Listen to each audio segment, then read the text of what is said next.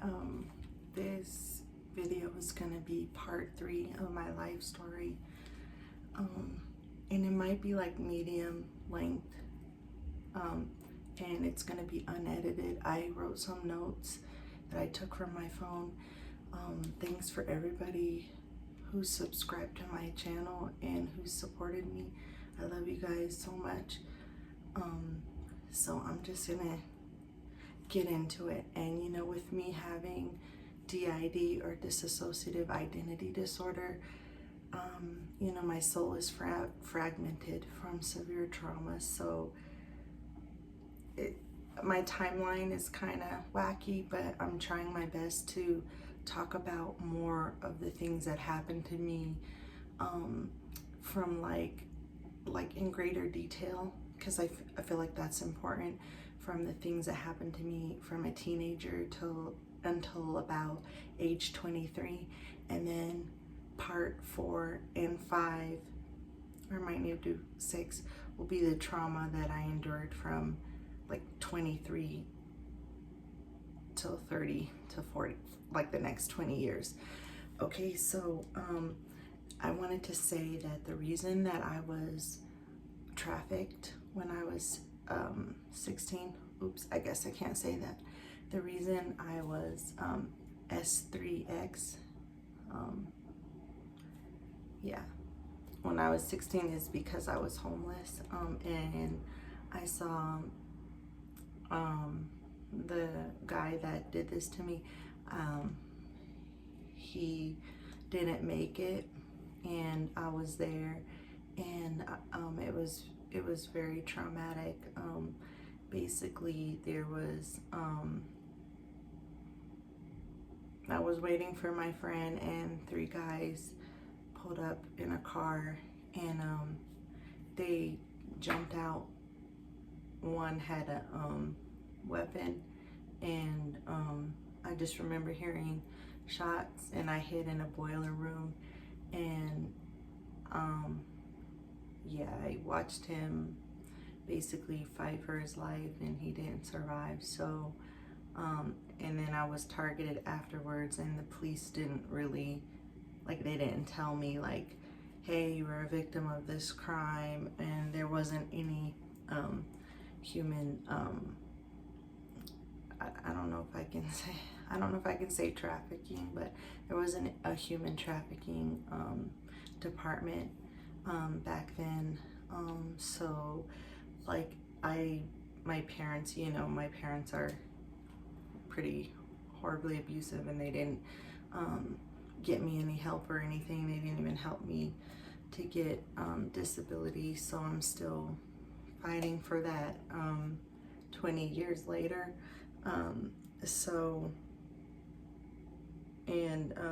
There's a lot of jealousy going on with some of the people, because the guy that did this to me also did this to his other baby's mom, and I was friends with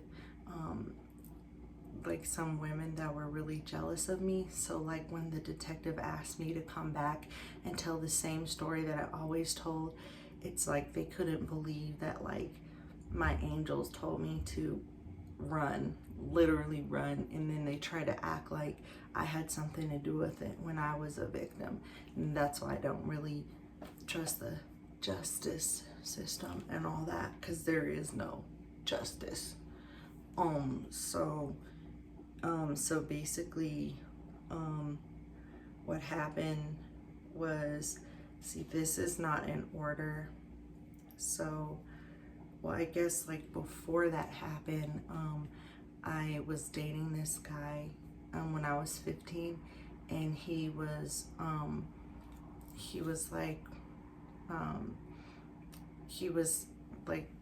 selling stuff, and so he pretended like he had a weapon to rob these people, and he got in a lot of trouble, and I ran away to New Orleans with him, and I worked at La Madeleine French Bakery. This is when I was 15, and there was a lady, her name, well, I don't want to say her name, but there was a lady that worked there, and she was like, oh, you can stay with me. Like, she lived in the 7th Ward projects, and I didn't know that she was a witch at the time. And so I'm staying there, and there's like roaches crawling all over me and everything. And she's telling me all these horrible stories about like when her daughter lost her baby, and there was like rats that were like, I don't know, like maybe this big, that would like scurry along the wall, and it was just horrible. And basically, like, I don't know what was up with her, but she tried to curse me and my ex-boyfriend at the time. So she took our clothes, and like I remember, like, in the middle of the night I would hear her like breaking sticks and stuff. I mean, it was so crazy. Like, she was like making, like, I don't know, some like witchcraft stew, like with a cauldron. I mean, it was totally crazy. And I was like, I still am gonna tell this story. I don't really care if people don't believe me, because this really happened to me. And basically, like, well, I don't know if she took my clothes, but I know for sure she took my ex-boyfriend's clothes. And when we left, we left because she, we noticed like she wasn't right. I don't know what she was trying to do. Like, she was maybe jealous of me and trying to like get with him and do a love spell on him or something weird. I don't know. It was crazy. And when we left, we would like hear her voice everywhere. So we knew she did witchcraft on us. And I had this Bible, and I'm staying in this hotel, and I have the Bible open like this, and then it just like a flame just burns a circle in the Bible, and I got the chills still talking about it. I was freaked out. So I basically, and it's 11:01. So I've been saying 111. So God is speaking through me with numbers and stuff, which means that means awaken. You're about to see the glory of God. So praise God, hallelujah, for giving me the courage to make this video. So, and basically, like, I ended up coming back home. Well, he got sentenced to like 2 years in prison, and he was sending me letters, and because I told him, like, I can't be with you, like, like, you're locked up. And I mean, I guess I was wrong for it, but he sent me this abusive letter, and I wrote the word in, and I was like, I don't want to talk to him anymore. So he stopped writing me. Well, I didn't see him for 10 years. Like, he got out, like, I think it was 2 or 3 years later. I didn't see him until 10 years later, when I had my oldest daughter, was like 2 years old, and we started hanging out. And I considered him like my best friend and stuff, but the reason why I wouldn't be with him is because I told him, like, hey, you're not, like, you're probably not going to stop doing the crime life and all that, and I can't be with you because, like, I don't want to see something bad happen to you. And I just knew, like, I just had this feeling that he wasn't going to stop that life.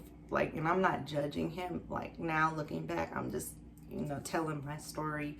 And basically what happened was, we started hanging out, and then at my old duplex that I used to live in, that's when I had my first child and then my second child at that duplex. I lived there for like 7 years. Well, he hung out there, and then with me, and like, we didn't do anything together. Like, I think he might have even brought, was it his friend that was a girl, or was it her girlfriend? I think it was her girlfriend, and no, his girlfriend and her boyfriend over, or something like that. But I remember the last time I saw him in my duplex, and then after that I didn't see him anymore. And I was like, oh, I'm sure he probably got a girlfriend, and then he told her about me, and she probably was like jealous and was like, oh, I don't want you to be friends with her. That's what I'm thinking. Well, what happened was, he was unalived in a DRUGDEAL, gone bad, and he was shot up in his truck, and it messed me up really bad. Like, I used to have like visions of him, like, just like shot up in the truck and stuff. And it messed me up so bad. And then what made it worse is my mom told me like, oh, hey, I don't want to say his name because I don't know if his family will see this video. I probably don't even know who I am, but she told me like his name, I'll say his name is Frank. She's like, Frank is dead. And I started crying. And she's like, oh yeah, I had the newspaper clipping, but I don't know where it is. And when I talked to my dad, he was like, oh, because he's dumb and he deserved it and stuff. And my dad is from my other videos that I talked about how wicked my dad is from what he did to me. He was like touching me inappropriately, and my mom didn't protect me from him. So what happened was I had a dream, and recently, and I've been meaning to post this video, I had a dream about him, and the dream was that I was in bed with this man, okay? And it was like, it was a prophetic dream where it seems creepy because it is, but it still was prophetic. So just bear with me. I was in bed with this man, and it's like I was disassociating, and I was looking at myself in bed with this man, and from what I got from it, it was like this man wanted to like have relations with me, okay? And I look over, and my dad is in the bed, but he's not looking at me. He's not looking at this man. It was like he was in the bed with us, very dark, very creepy. And that's what, these, child, MOLESTATION,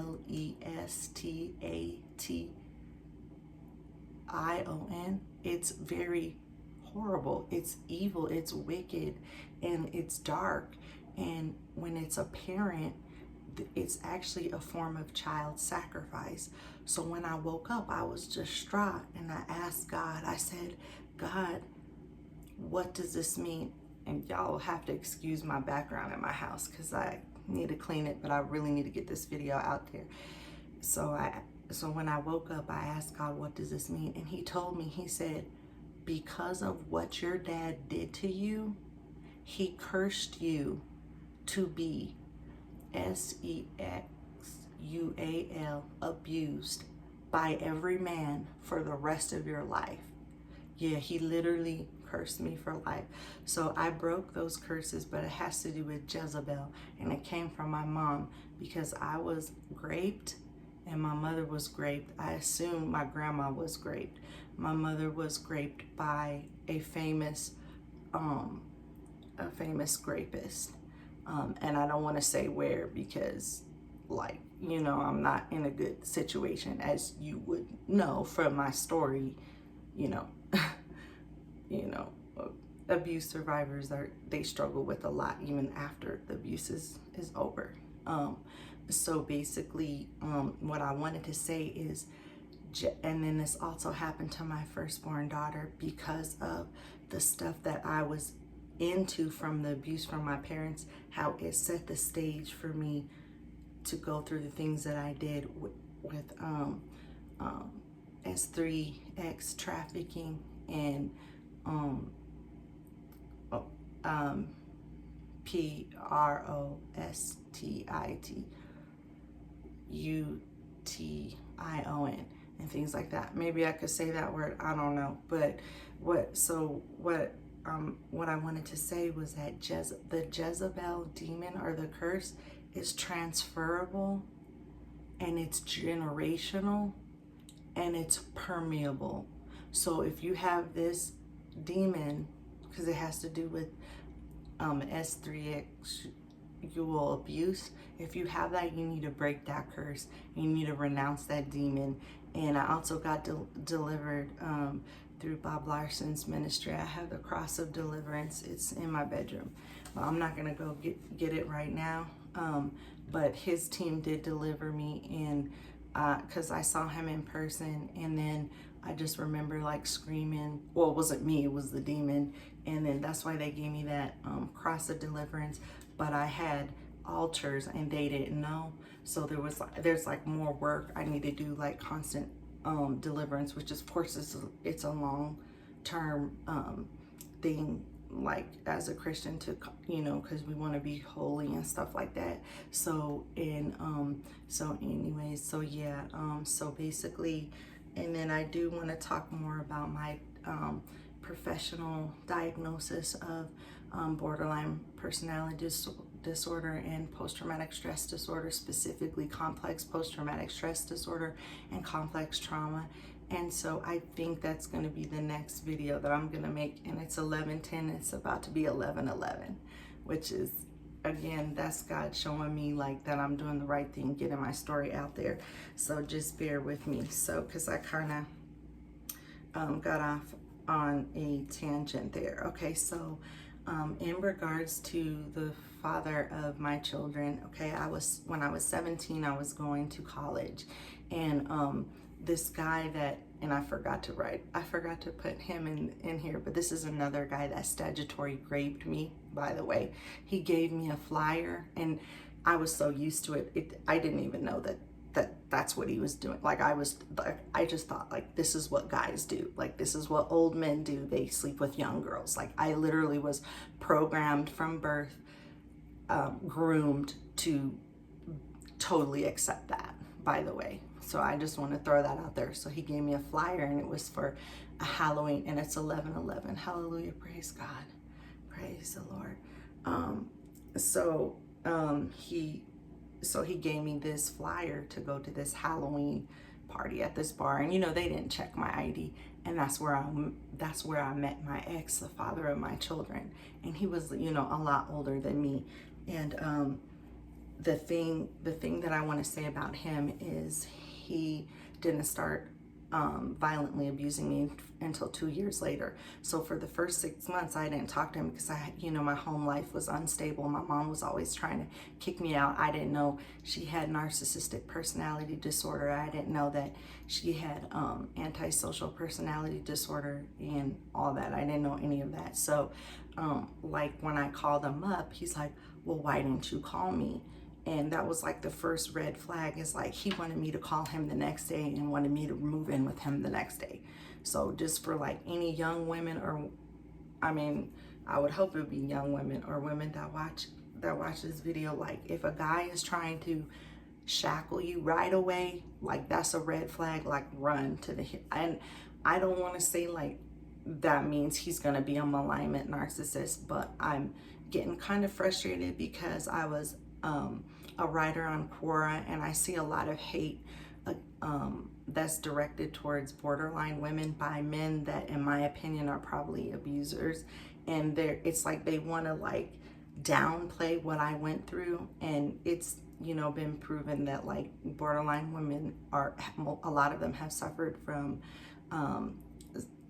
childhood S3 sexual abuse, and a lot of them are targeted by narcissists. But like I got really frustrated with Quora because it was like a lot of these predators on there, they want to like quiet what I'm saying and act like what I'm saying isn't true, and this is what happened to me.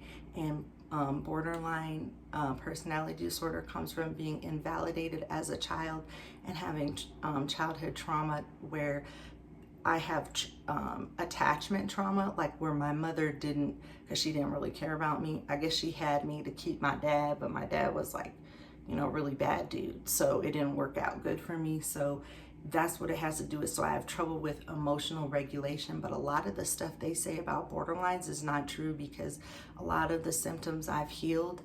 And, you know, I did try to unalive myself, but I was being horribly abused by my ex too, and I was being polyfarmed to death. So that had to do with that, and I was demonized and I didn't know, but praise God I made it. But I do have a traumatic brain injury from that. I got an MRI in my brain. I had white spots on my brain, and I talk about this in my other video. So basically what I wanted to talk about was my ex. So, and I didn't understand, like, you know, a lot of the gorilla pimps, this is what they do, and all these different abuse tactics that predatory men do to younger women. You know, no one told me about this. So I was a exotic dancer at this club. Okay, and I was paying, my rent was like $600 a month when I was 19. I was paying the rent, and I was so young and naive. I was like giving him money and stuff, and like, because like I didn't have guidance. I didn't have an older sister or a cousin or an aunt or anybody. All my family just hated me. My white family hated me because my dad is black. He's from Trinidad and Tobago and islands in the West Indies and the Caribbean. And then my white family, and then my black family hated me because I'm half white. Okay, so both of my family members hate me on both sides because I'm not white enough and I'm not black enough. And then I experienced this in life. Okay, so what happened was he weaseled his way into my home, which reminds me of the verse, I think it's 2 Timothy, that says that evil men like worm their way into unsuspecting women's houses loaded down by lust and trap them. And I'm sorry, I wish I had my other phone, but I had to put the sound machine on so my baby doesn't wake up while I make this video. But that's what this reminds me of, because I read the Bible. I had a teen Bible because my godfather taught me about Jesus when I was young, but my parents were not Christians. My mom is a pagan witch, by the way. But anyways, so basically, I will never forget the first time he violently assaulted me. He threw me up against the wall, and it was on where it was like the door, and so I had a bruise on my spine, and he went like this with all his might, I can't remember if it was a closed fist or it was an open fist, I don't remember, but he went like this on the side of my face, and it popped my eardrum, and I was in bed for like 2 days. I couldn't get out of bed. And after that, he raped me. Okay, and I was so humiliated. I was so humiliated. I didn't tell anybody. And throughout my life, I could not get away from him because he was a felony stalker. But the police wouldn't charge him with stalking. They would only charge him with trespassing. So he was able to escape accountability for these crimes. And he was charged with one violent assault. He kept doing it, and they were like, if you do this again, you're going to prison. So basically, the justice system ended up protecting him and put me and my kids in harm's way. And a lot of people on Quora, they'll be like, a lot of these abusive men on there, because they don't think that they're abusive, right? They're like, oh, it's borderlines of victim mentality. No. Let me tell you, I really was a victim, and that just irritates me, and I had to make another video about that. But I wanted to say that when the whole video came out with P. Diddy, how he dragged her on the ground, that happened to me when I was 19. I posted that on my Instagram page, and one of my followers was like, I'm so sorry, but nobody cares. Nobody cares. I was brutalized by this man. He unhinged my jaw. I had to massage it to where it popped back into place, and this is like 2 years later. And then in that one S3X assault of the guy that's no longer alive, when he grabbed my hair like that to the side, and then I have a neck injury, so now it's swollen here, and I was going to physical therapy, but I haven't been well enough because me and my kids have been sick, so I haven't been well enough to go to physical therapy, and I'm just going through a lot. Like, please pray for me, and I pray that whoever watches this video, that it helps them in some way, or just that I can get my story out there, because I'm still dealing with my elderly, aging, narcissistic mother, and I'm totally isolated. That's what my ex wanted, and he succeeded at that, which, you know, the devil was using him, right?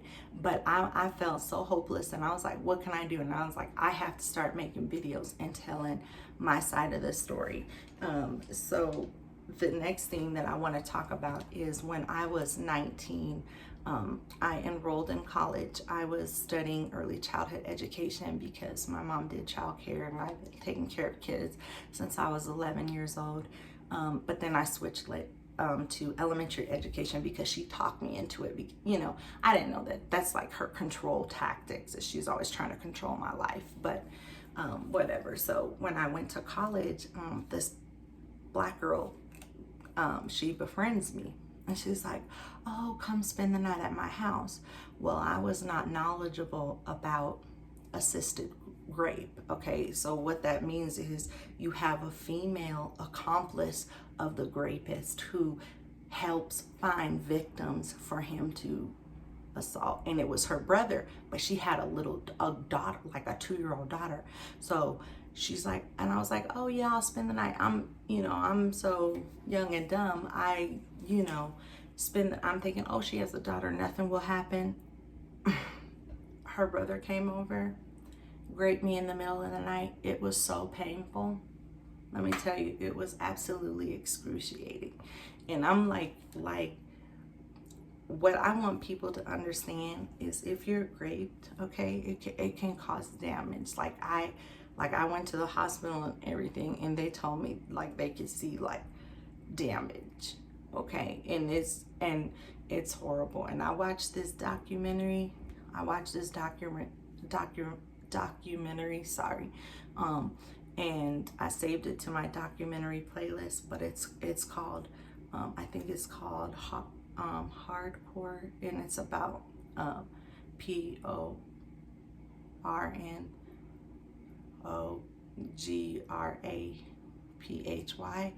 and it traumatized me so. Oh my goodness, like it's a trigger warning for anyone to watch that, but I really feel like, is it by Lantern Films or something? I'm so sorry guys. When I edit the video, I'll put it under there, okay?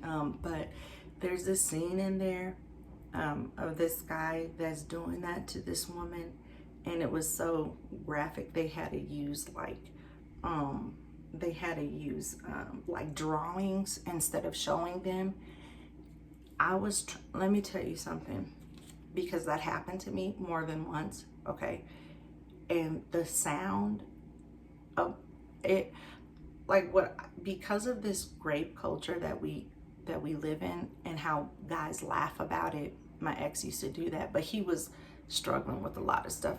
The one that passed, he also had borderline, but he did make it to the other side because he's not inherently evil, even though he did a lot of messed up stuff. But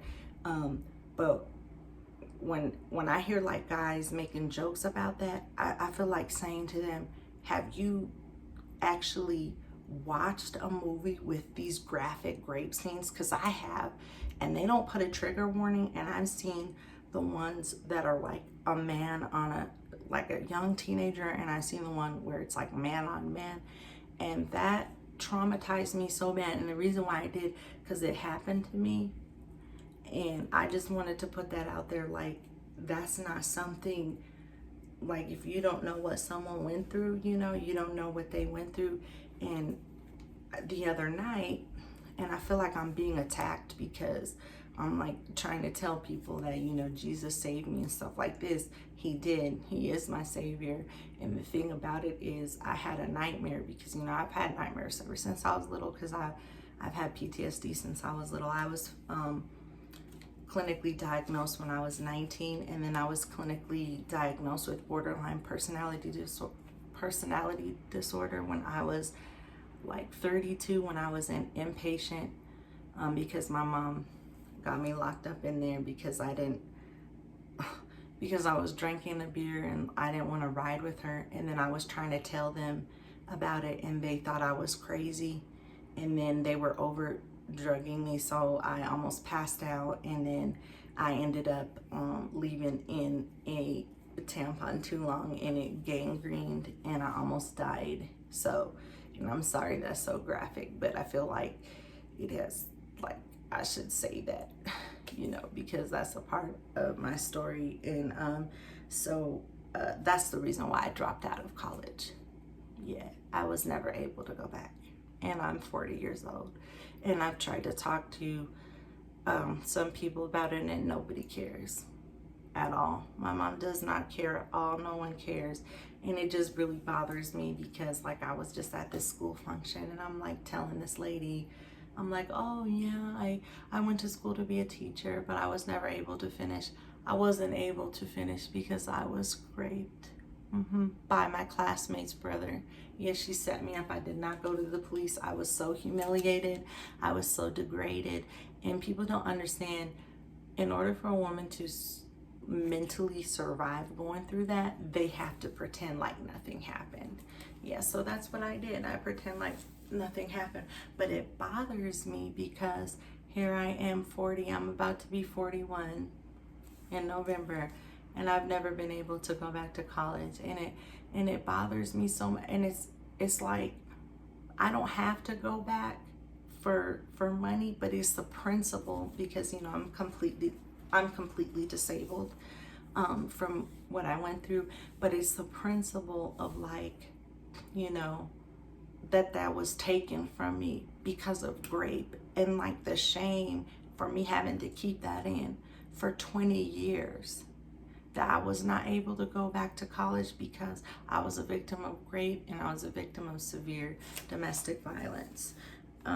So I'm just looking at my notes. Okay, so the nightmare that I had about when I was statutory raped when I was 14 was I'm seeing this, the guy that did this to me, I see him in the mirror and he's totally dark, depraved, and he's wearing women's clothes.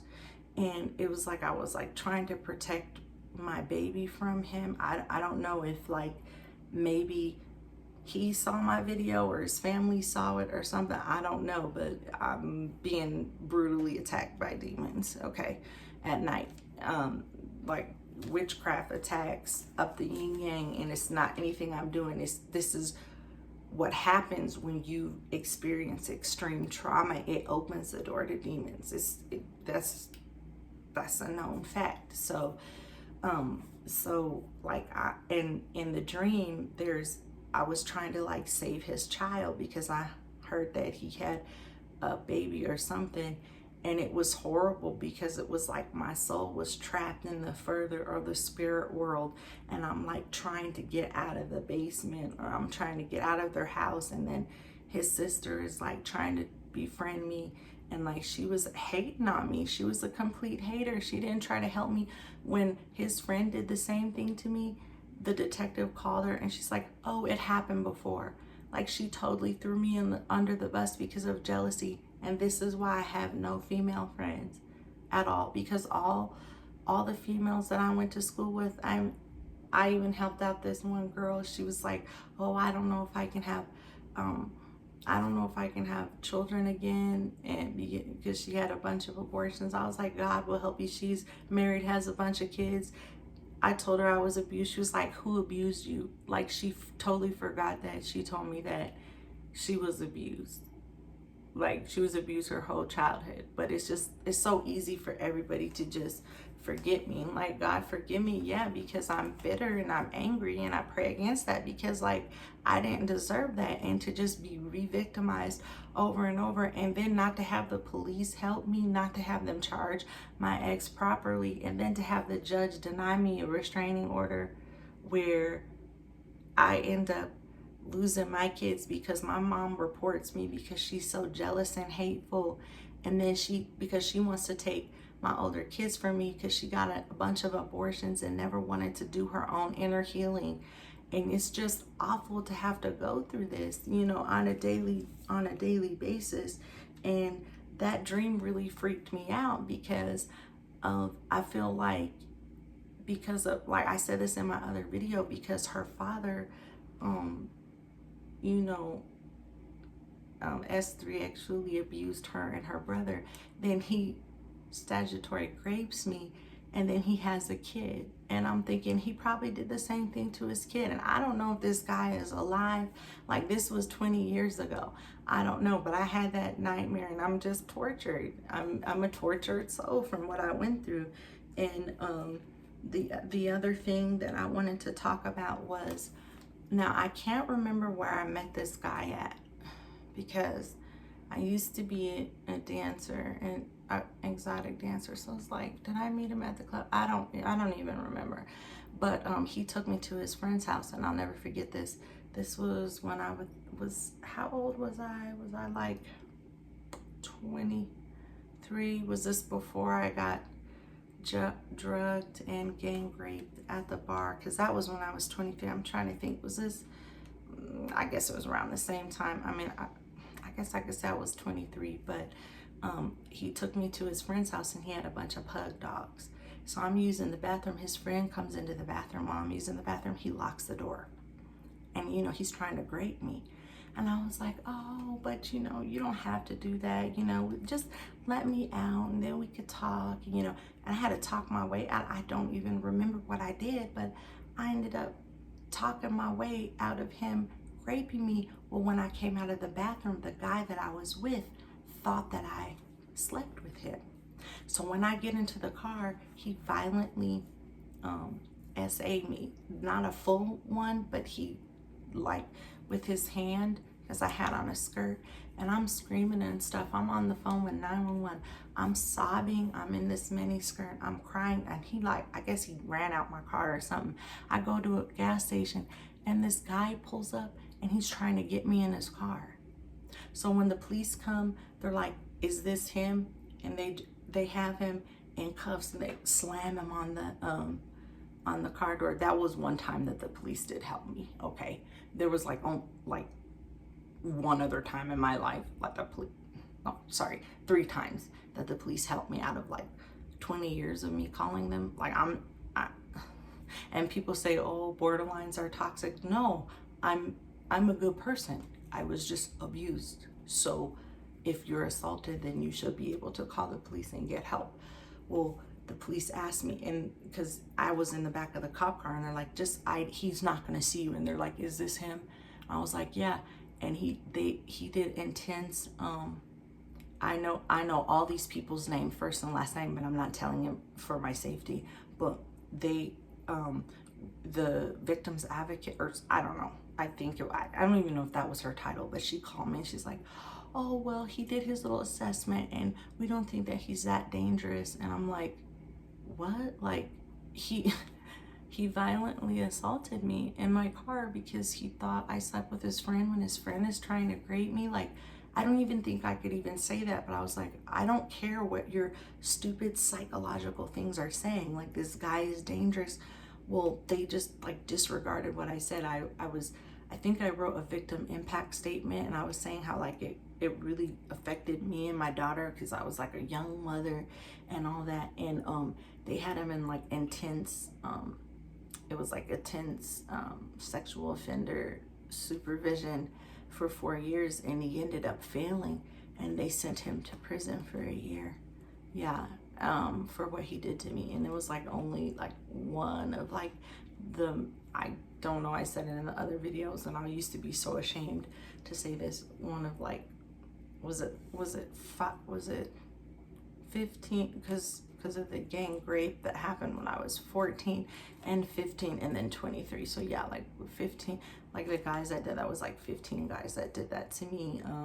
And then I kept being like ridiculed and like made fun of because I had DID, and like it was just like a bunch of guys like trying to sleep with me, but like they didn't really care like that I was being harmed. And then like have the audacity to think that I'm gonna go see them or hang out with you. Like it really bothers me. Like, these men are wicked, and it's like I want men to understand, like, this is what some women go through. Like, and I know not all men are like this, but it's like, if you're a man, like, you need to understand that like women are brutalized and almost lose their life, and they're injured from, like, if you go through that, like, you're physically injured. It's not, I mean, I don't know if you can see the scar, but yeah, it was a keloid scar because I fell head first on the concrete after I was drugged by my boyfriend at the time. And so he let all his, I guess it was buddies or the guys that were in the club, grape me. And the bartender was in on it, and then memories came back later. And just excuse me if I repeat some things, because like I said, with my DID, it's can be kind of jumbled. Okay, so those are the things that I wanted to say. And then let's see.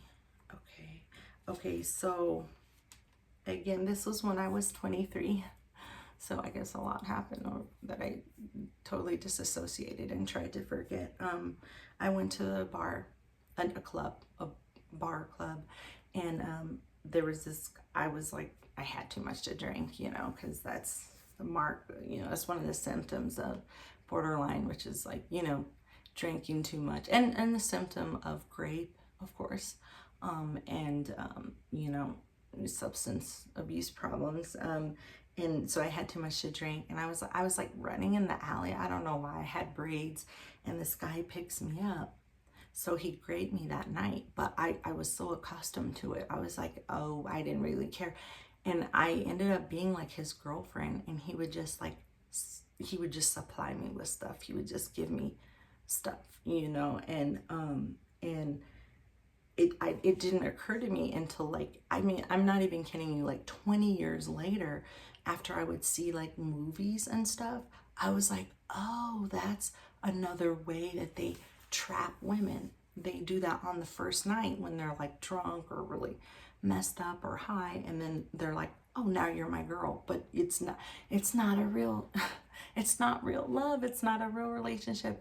Later, when I was homeless, when me and my baby were living in the car, because I didn't know about housing laws, and I didn't know my rights, so my landlords kicked me out because I was a victim of domestic violence, and they were also discriminating against me because of my race, and I was on whatever, like my socioeconomic income, and the fact that I was a young mother, and the fact that I was single, all the stuff that the civil rights laws are supposed to protect you from. But again, you don't get that protection unless you have a housing lawyer in your back pocket, like literally. And so basically I ended up sleeping in my car with my third child for a year, and her teeth like broke off and everything because I couldn't brush her teeth. And I was like abused by this guy in the street, and she thought this man was her dad, and he would beg for change for macaroni for her and stuff. Like, it was horrible. I was staying in dirty motels. I saw Satan in him, the spirit of Lucifer in him. It was literally like one of his eyes was like a reptilian dark. I mean, I don't even know if this guy is still alive. The last time I saw him, he was sitting on the side of this stoop, and I never saw him again. But the reason why I'm talking about that was, like, people are like, get that baby out of the car, and people always look at me and think that I have somewhere to go. I've never suffered. They don't ever think, it's like they have no critical thinking skills. Maybe she's sleeping in the car because she's a victim of domestic violence. I remember I had my baby in the front seat. My two other kids were living with my mom because my mom wouldn't let me live with her, because again, I didn't know about her NPD and her pathological jealousy of me, of her trying to constantly sabotage my life. I didn't know any of this. So I was like, she threw us to the wolves, didn't care if we made it or not. Yeah. So, and I remember I had my baby, because it was in the winter. One time my legs froze and everything. I'm sitting in the car, and the cop like knocks on the side of my car door, and I wake up, and he looks, and he sees my baby in my arm, and his face, he looked so scared. He started shaking. He's like, oh, I'm sorry to bother you. I thought you were a drug. I thought you were a drug addict. He looked like he saw a ghost, and he just drove off. Thank God he didn't mess with me, because I know in some states they try and take your kid if you're living in the car. He didn't. I mean, I don't know if he had a hotel voucher. I mean, there's not very much resources where I live because there's so many homeless people and all that. But yeah, he just left me alone. But I'll never forget the look on his face. And that's what bothers me, is like I want people to know this. I want people to know that I went through this, you know. And God, he got me out of it. But you know, I have scars, you know, I have scars from that. Yeah, so that guy that I said that he did that to me, he saw me and my daughter living in the car and in the same parking lot we used to sit in by this grocery store, and he bought me a bucket of chicken.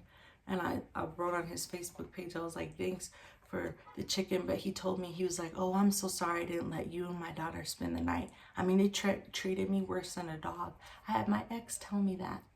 My ex told me, oh, I'm sorry I didn't let you live with me. You're a devil, dude, and you need to repent or you're not going to heaven. Don't ever contact me again. These men are so wicked, they'll leave you out there to die. They want to sleep with you, but if you need a place to lay your head with your baby, they're going to let you die. They're going to let you and your kid die in the street. That's why, yeah, I'm bitter and angry, because would you be if you went through this, just constantly being hurt over and over and over, being made fun of? I was falsely accused. They criminalized me. They got my case all wrong, made me seem like I was the bad one. But yeah, I'm sorry that this video is gonna be so long. But the other guy that and this is the last. Because I'm gonna have to make, yeah, it'll be probably part 4 and 5. The last thing I'm gonna say was this guy. Again, I was 23. Boy, a lot of bad stuff happened when I was 23. I needed help paying my rent because I lost my temporary job because they didn't get the message that my baby was sick. At this time, my oldest was like 9 months old. So I met this girl at like this, it was like some music show, and I was like, oh yeah, you can move into me. Well, she was a complete hater. She meets this creep on like at the bus stop, and he ended up, like, I started hanging out with him. You know, I was really young, I didn't know anything, and he ended up, because I couldn't get my medication, because like I'm in a very racist state where like they don't want to give me my medication, like seriously, okay? And my daughter is mixed race, Black, African American. She goes through the same thing. It's not in my head, okay? And basically I couldn't get my medication, and so he was like, oh, I got every what you need, you know. And he pulled out like this bag of pills and stuff like that, because he had this doctor. He said he had like a steel rod in his neck from some accident, but he was like over 40. I mean, this guy's like over 20 years older than me. And he was like, here, take this, it'll make you feel better. And you know, me, you know, he exploited my weaknesses, because that was my weakness, because I just wanted something to make me feel better, because I was dealing with so much trauma and demons and all this, and yeah, that's the nature of my disorder. And like I said, God healed me from that, thank God. And I just saw an angel right there, praise God. But so basically he gave me a bunch of drugs, and I woke up to him raping me, yeah. And then what happened was he had pictures of me, like intimate pictures of me on his laptop, and he was with this girl, and we were in this hotel, and he's like, oh, look at her, and she's like, oh, do you want to come back and sleep with me and my boyfriend? I'm like, what? And like I snapped, and I threw his bottle of champagne. He turned around, boom, punched me in the face and called the police on me.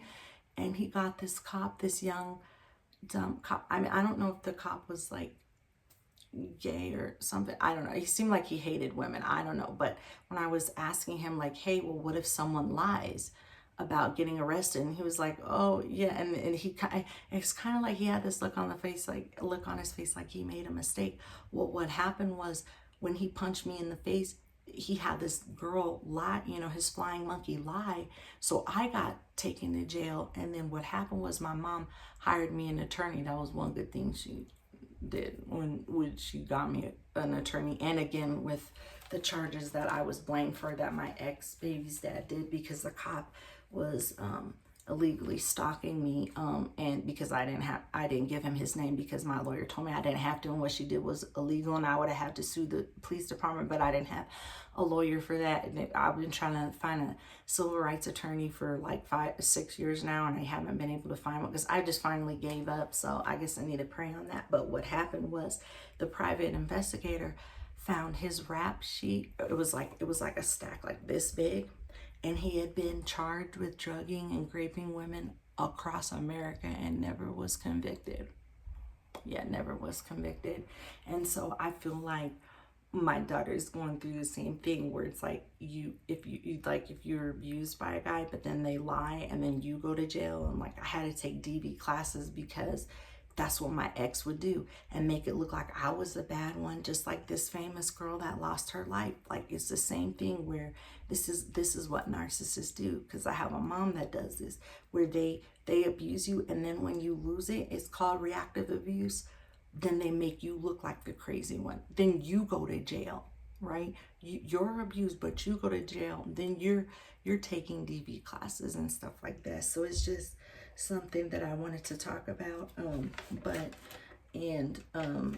Yeah, so that's all I'm going to talk about for now. And then the next videos, I'll talk about more about my diagnosis. I was medically and professionally diagnosed with complex trauma and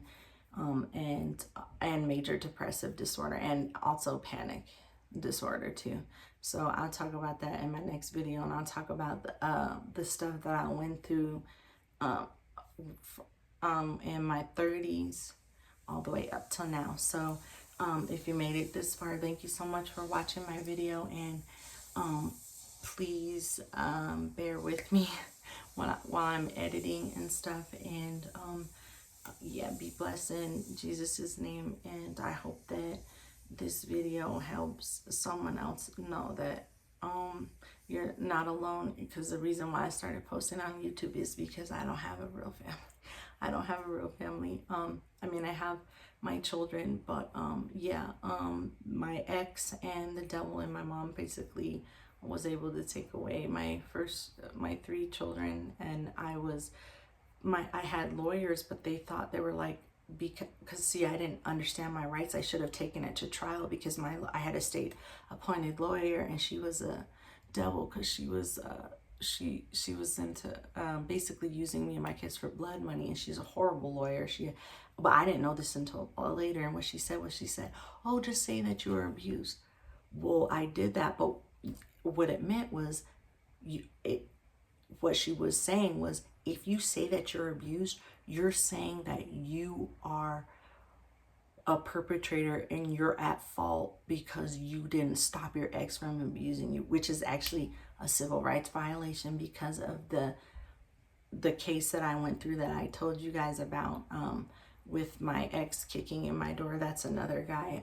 He basically, the social worker was harassing me, and the district attorney told me to tell her that's illegal and to talk to her supervisor. So I did, and she left me away. Well, the second time it happened, because my ex was arrested outside of my apartment, they tried to make it like they had the information like this was his apartment, when it wasn't. They tried to make it seem like it was me. And I said, so what was I supposed to do? I finally, because my lawyers kept saying this to me, I'm like, so what do you suggest that I do? Are you suggesting that I should have unalived him? And they're like, oh, no, not like that. And they made me out to be the bad one. And then they're like, oh, prove that you're disabled. And then when I get the psychologist report, it says like, Stephanie has severe complex trauma. What would help her is if you treat her kind, like a real living human being, and talk to her with kindness and encouragement. Like, that's what the psychologist had to say in the report, which I'm using to get SSI. You have to tell other adults this. And it pisses me off, because it's like, why should I have to tell about my trauma and these horrible, violent things that happened to me? So what because you already violated me and my children's rights and took my kids from me anyways. I don't talk to my oldest daughter, and she's an adult, because my ex and his family and my parents alienated her against me. And so my 2 older children live with my mom, and then I have my 2 youngest, and I'm deeply troubled by this. And I wanted to have a husband. I wanted to have a God-fearing husband. I was praying for a kingdom husband. I'm praying like, God, please deliver me from this, because it's just very hard to be in my situation, because I'm waiting for this court case and I feel trapped because I am, and I have to deal with my mom's crap, and I'm so tired. I'm so tired of going through this, and I just hope that this video blesses someone. And please leave your comments in the bottom of the video, and please subscribe to my channel. God bless you for watching. Be blessed in Jesus' name.